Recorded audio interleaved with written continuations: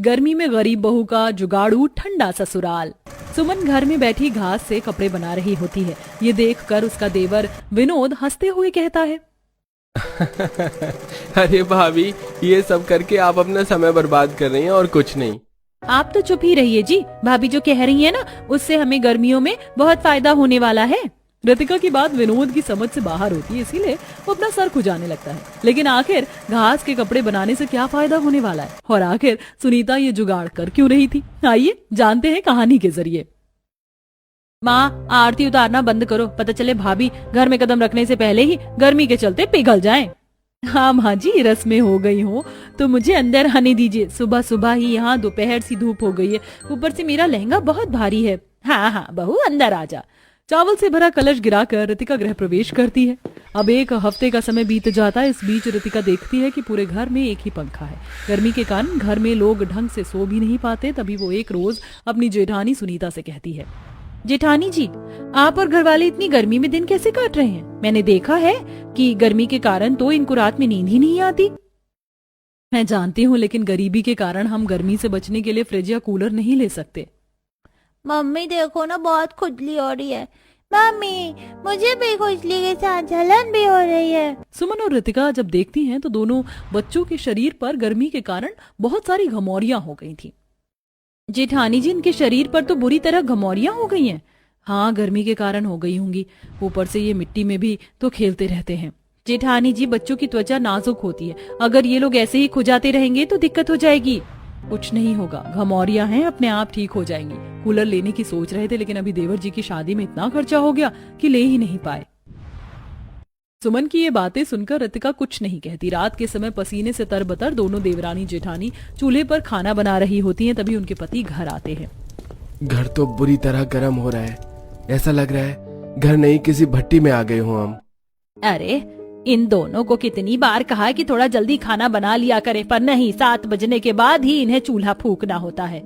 माँ, आप इतना क्यों बोल रही हैं? इतनी गर्मी में भी तो भाभी हमारे लिए चूल्हे के आगे बैठकर खाना बना रही है ना। आपको इतनी गर्मी लग रही है तो थोड़ा उनका भी तो सोचो। चुप कर, तू बड़ी भाभी की वकील बन रही है, तो तू क्यों नहीं बना लेती खाना? आप दोनों शांत हो जाइए, क्यों गर्मी में माहौल गर्म कर रहे हैं? वैसे भी खाना बन गया है, आप लोग भी मुंह हाथ धो लीजिए।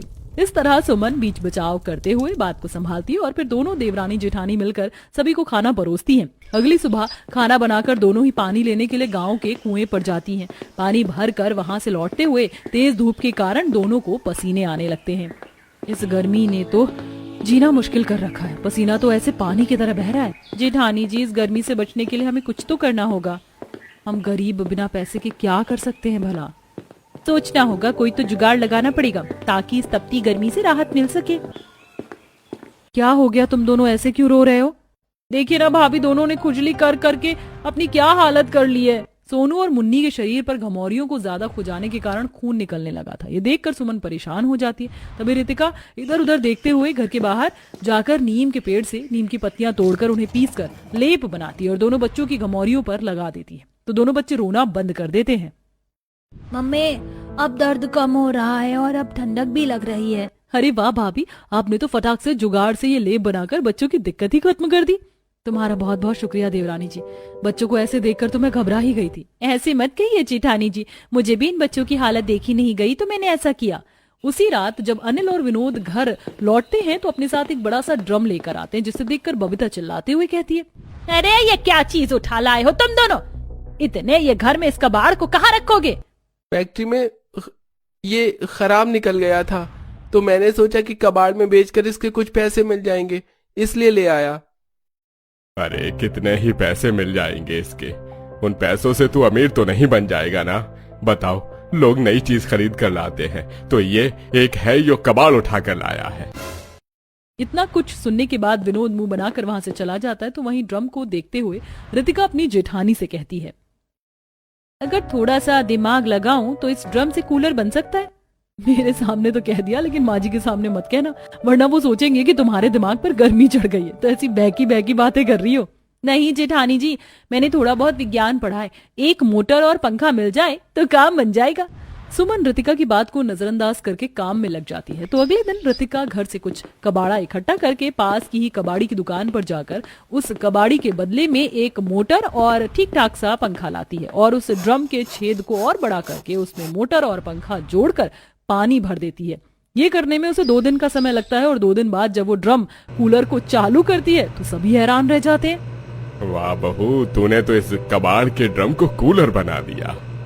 हाँ चाची, इसमें से तो ठंडी ठंडी हवा आ रही है। सच में रितिका, तुम्हारे इस जुगाड़ ने तो गर्मी से राहत दिला दी।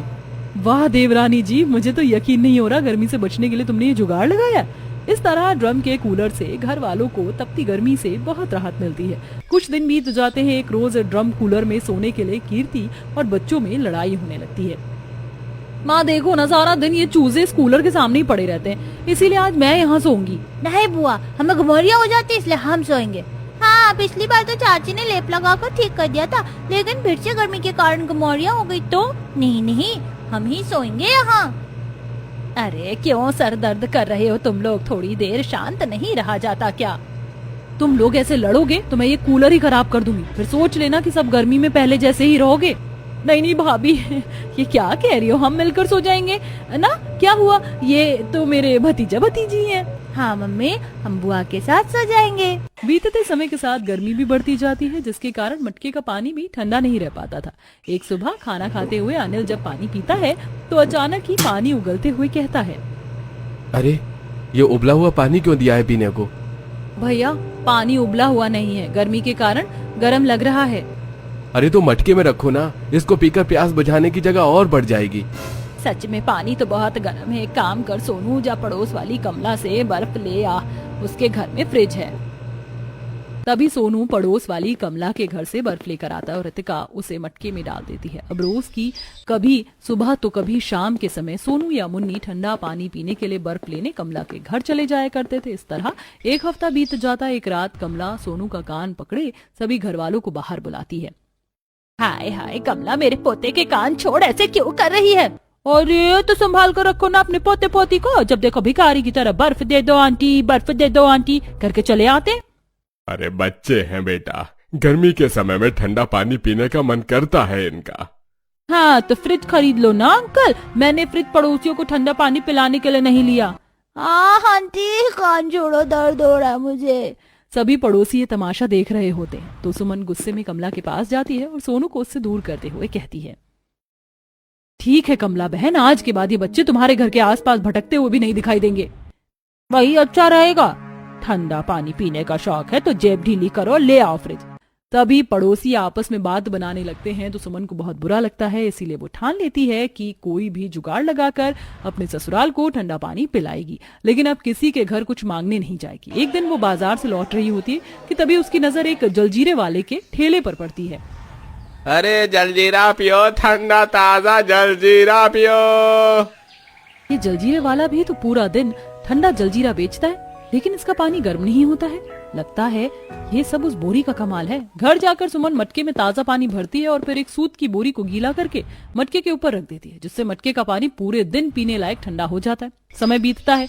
दोनों बहुओं के जुगाड़ से गर्मी के दिनों में भी घर में ठंडक होती है, लेकिन एक रोज जब बबीता दोपहर के समय खाना लेने जाती तो देखती है कि खाना खराब हो चुका होता है। हाय हाय, अरे बहू, ये खाने में से अजीब सी बदबू क्यों आ रही है?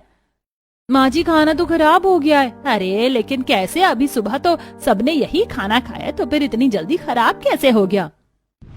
खाना क्या माँ, देखो सब्जियों में भी फफूंदी लगने लगी है। हाय हाय, गर्मी के कारण तो अब खाने की चीजों का भी नुकसान हो रहा है, ना जाने गरीबी के कारण और कितना नुकसान झेलना है। सुमन ने पानी को ठंडा रखने का जुगाड़ तो कर दिया था, लेकिन अब खाने की बर्बादी देखकर वो परेशान थी। अगले दिन भी सुबह का बनाया खाना दोपहर तक खराब हो जाता है। राशन की बर्बादी हो रही है, ऐसे ही रहा तो खाने के लिए कुछ बचेगा ही नहीं। जेठानी जी, मुझे लगता है गर्मी में खाना बहुत देर तक ढका रहने के कारण खराब हो रहा है। ये क्या कह रही हो तुम? अगर खाना ढककर नहीं रखूंगी तो उसमें कुछ भी पड़ सकता है। मेरे कहने का मतलब है कि खाना बहुत देर से ढका रहने के कारण बर्तन में पड़े पड़े ही खराब हो रहा है, उसमें हवा नहीं लग पाती है, शायद इसीलिए। सुमन और रितिका की बात समझ जाती है और अगले दिन वो सुबह के समय खाना बनाने के बाद जिस बर्तन में खाना रखा होता है उसे आधा ही ढकती है, जिससे खाने में थोड़ी हवा लगती रहे। साथ ही वो सब्जियों को खराब होने से बचाने के लिए फर्श पर फैला कर रख देती है। अरे ये सब्जियां ऐसे क्यों फैला रखी हो? घर में ही बाजार लगाना है क्या? जी नहीं, सब्जियां खराब होने से बचा रही हूँ। गर्मियों के चलते सब्जियां रखे रखे खराब हो रही थी। तुम लोगों के तो जुगाड़ मुझे कभी कभी समझ नहीं आता है। आप समझकर करेंगे भी क्या? अगर बिना पैसा लगाए गर्मी में चीजें सुरक्षित रखनी है तो ये सब करना ही पड़ेगा। 2-4 दिन तक सुमन खाना और सब्जियों को खराब होने से बचाने के लिए यही करती है, जिससे बहुत फर्क पड़ता है। एक दिन मौसम बदलता है और तेज हवा चलने लगती है। मौसम को देखते हुए महेश कहता है, कितने दिनों बाद ठंडी हवा चली है, ज्यादा बारिश हो जाए। मैं तो कहती हूँ अच्छे से बारिश हो जाए, कम से कम मौसम में ठंडक आएगी तो इस गर्मी से कुछ तो आराम होगा। दोनों बात ही कर रहे होते हैं कि तभी बूंदाबांदी शुरू हो जाती है। बारिश को देखकर बच्चे भी बाहर नहाने के लिए चले जाते हैं, लेकिन कुछ देर बाद बारिश बंद होने के बाद तेज धूप निकल आती है, जिससे गर्मी और बढ़ जाती है। ये बारिश क्या पड़ी, गर्मी और बढ़ गई। देखो कैसे टप टप पसीना निकल रहा है। सही कह रही हो भाग्यवान, गर्मी की बारिश ने तो गर्मी को और बढ़ा दिया। मुझे तो ऐसा लग रहा है कि सांस नहीं ले पा रहा हूँ मैं। ये कैसी बातें कर रहे हैं आप, ठीक हो ना?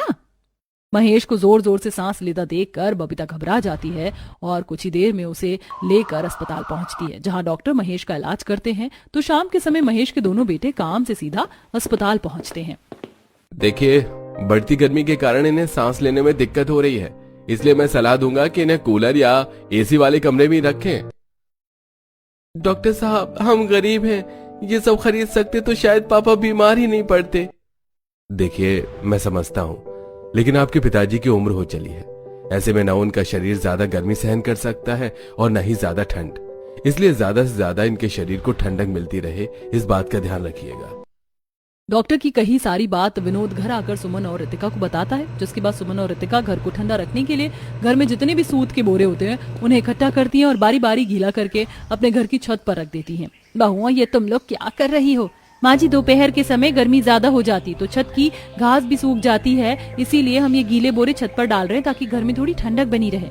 हाँ माँ जी, गर्मी के कारण पापा की तबीयत इतनी खराब हो गई, इसीलिए हमने सोचा है कि इससे थोड़ी मदद मिलेगी। इस गरीबी और गर्मी की मार ने हमारे सामने मुश्किलें ही खड़ी की है, लेकिन बहुआ, तुम दोनों ने हर मुमकिन कोशिश की है कि घर और घर वालों को गर्मी से राहत दिला सको। माँ जी, अब अपने परिवार का ख्याल तो हमें रखना ही होगा ना। आप अपने आंसू पोंछ लीजिए, देखना एक दिन सब ठीक हो जाएगा।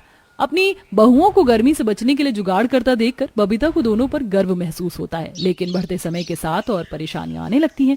एक दिन सुमन के दोनों बच्चे किसी बात पर लड़ने लगते हैं और एक दूसरे के कपड़े फाड़ देते हैं। ओहो हो, इस तरह से कौन लड़ता है? दोनों ने एक दूसरे के कपड़े फाड़ दिए। कपड़े तो फटेंगे ही, देखना पसीने से कैसे भीगे हुए हैं। गर्मी के चलते कपड़े कहाँ पोछा बनते जा रहे हैं। देवरानी जी, देखो ना, पसीने के चलते कपड़ों का क्या हाल हो गया। ऐसा कुछ जुगाड़ नहीं है जिससे कपड़ों को फटने से बचाया जा सके? जुगाड़ तो है, लेकिन इस जुगाड़ के लिए हमें घास चाहिए होगी। घास? पर क्यों? कुछ ही देर में दोनों घर के पास वाले पार्क में जाती हैं और वहां से बहुत सारी हरी घास इकट्ठा करके ले आती हैं। सुमन घर में बैठी घास से कपड़े बना रही होती है। ये देखकर उसका देवर विनोद हंसते हुए कहता है, अरे भाभी, ये सब करके आप अपना समय बर्बाद कर रही हैं और कुछ नहीं। आप तो चुप ही रहिए जी। भाभी जो कर रही है ना, उससे हमें गर्मियों में बहुत फायदा होने वाला है। फायदा? भला कैसा फायदा? इन घास के कपड़ों को पहनकर हम बाहर तो नहीं जा सकते ना? लेकिन घर में पहनकर इससे शरीर को ठंडक मिलेगी। सुमन और रितिका मिलकर घास के कपड़े और चप्पल तैयार करती हैं और उन्हें बच्चों को पहना देती हैं। मम्मी, ये तो बहुत ठंडे हैं। हाँ, इसमें तो हमें गर्मी का एहसास ही नहीं हो रहा। अगर ऐसा है तो मैं भी पहन कर देखता हूँ। अरे सच में, ये तो बहुत ठंडक दे रहा है और चुप भी नहीं रहा है। देखा, मेरी जुगाड़ भाभीयों का कमाल। इस गर्मी में भी वो आप लोगों को ठंडक का एहसास करवाने के लिए जुगाड़ लगाती रहेंगी। सही कह रही है तू। हाँ बेटा, बस इन कपड़ों को पहनकर बाहर मत जाना, वरना आसपास की गाय बकरी तेरे पीछे पड़ जाएगी। बबीता की बात सुनकर सभी जोर जोर से हंसने लगते हैं। अब बीतते समय के साथ दोनों देवरानी जेठानी ने मिलकर इस गर्मी में अपने ससुराल को ठंडा रखने के लिए बहुत से जुगाड़ लगाए थे, ताकि ससुराल वालों को तपती गर्मी से राहत मिले। एक रोज महेश की दूर की बहन उनके घर आती है और घर में घुसते ही उसे बहुत ठंडक महसूस होती है। अरे जानकी दीदी, आप आइए ना, कितने दिनों बाद आप हमारे घर आई हैं। बहू, जरा पानी तो ले आ।